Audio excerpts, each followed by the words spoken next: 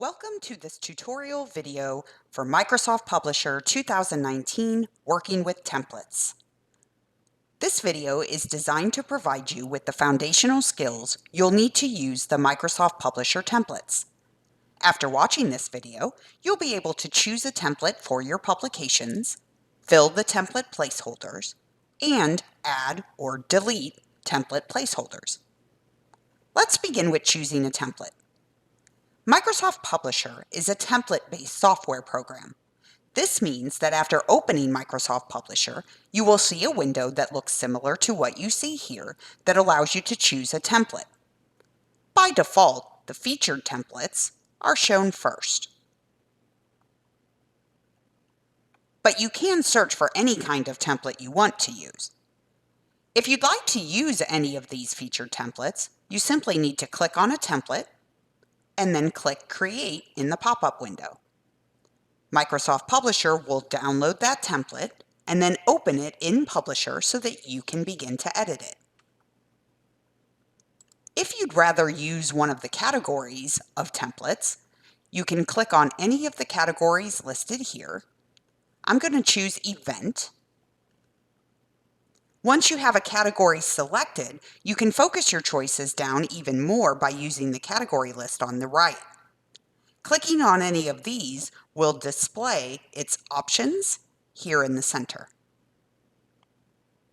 Since I've clicked on Event, I'm going to see what they have available.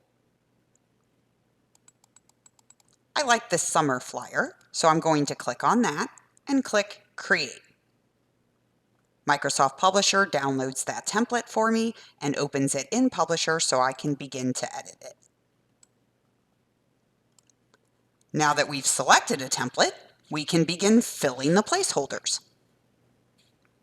Each template in Microsoft Publisher is simply a set of placeholders for various publication elements. To create your publication, you simply need to fill those placeholders. Let's start with a text placeholder. To enter text, you simply need to click inside the placeholder where the text is listed, and then erase the text that's currently there in the template. You can click, hold, and drag to highlight all of that text, and then press your delete key on your keyboard. Then type whatever text you want to add.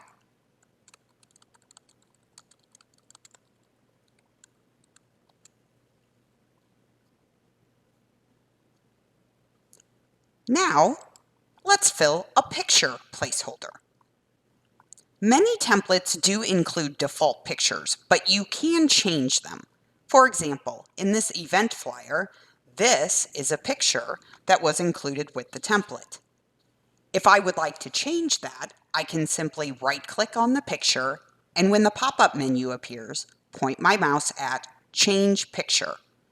A side menu comes out, and I can click Change Picture. A pop-up window then comes up and allows me to figure out how I want to access pictures. If I'd like to use a picture that I already have saved on my computer, I can use the first option, From a File. If I click that option, Microsoft Publisher will open my picture directory on my computer. I can simply click on the picture I want to use and click Insert. The original picture goes off to the side in case I decide to reposition that, and then the picture in the template is replaced with the one I chose.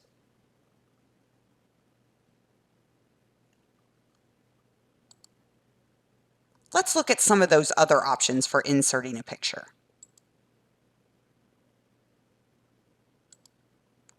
The second option is a Bing image search.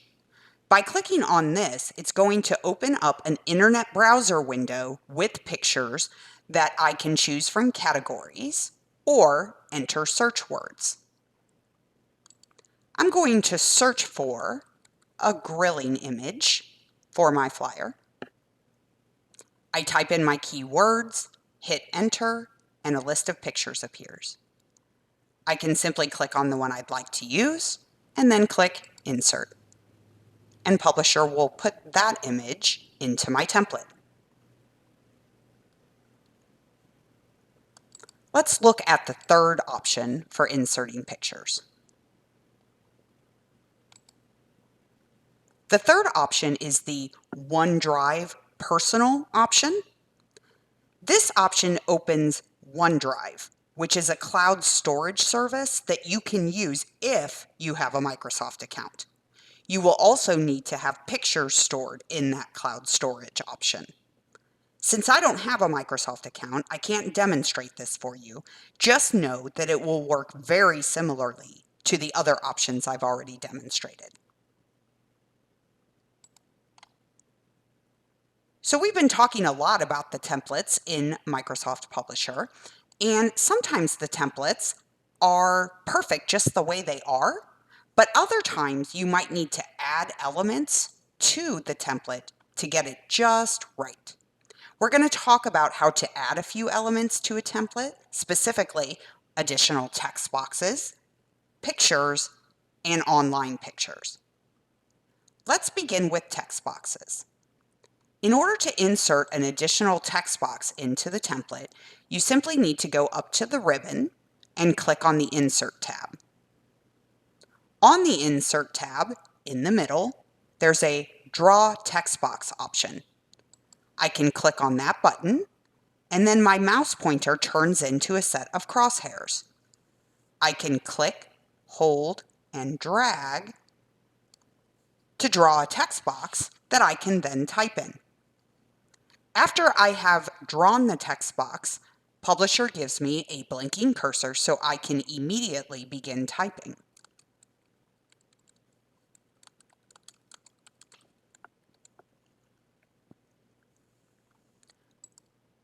Once the text box is actually inserted, you can manipulate it in a couple of ways.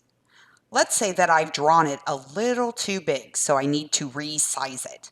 I can point my mouse at any of the corner buttons in that text box and click, hold, and drag to make it smaller.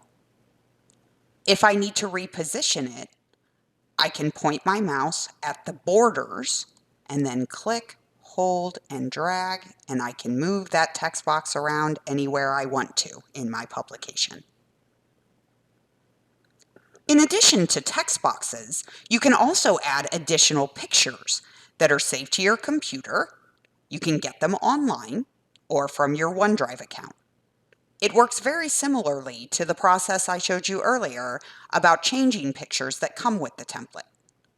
To insert an additional one, you simply need to go up to your ribbon, click on the Insert tab, and then click on Pictures. This is going to open up a window where you can search your computer's directory for pictures to add to your publication. You simply need to find the picture, select it by clicking on it, and then click Insert. And the picture will be inserted into your publication.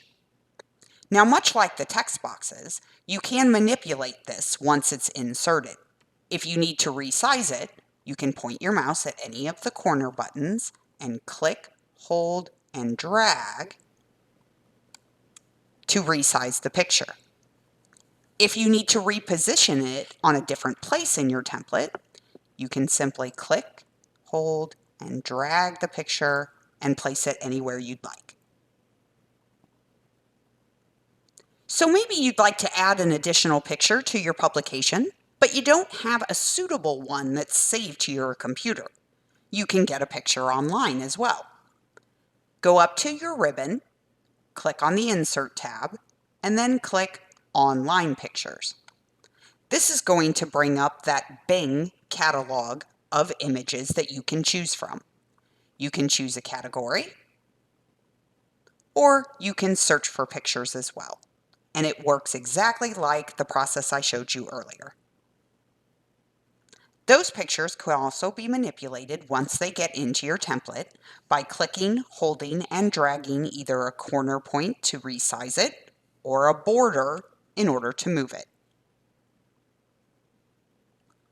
Not only can you add elements to your templates, but you can also delete them because sometimes the templates that you choose have too many elements in them. To To delete an element from your publication, you simply need to right-click on the element, whether it's a picture or a text box, and when the pop-up menu comes up, you simply need to click on Delete Object or Cut. Either one of those options will delete that object or text box from your template. The templates in Microsoft Publisher can be very useful and fun to use. You may have to try several of them to find one that's going to work really well for your purposes, but once you find the right one, you're on your way to create very unique and eye-catching publications. Keep practicing.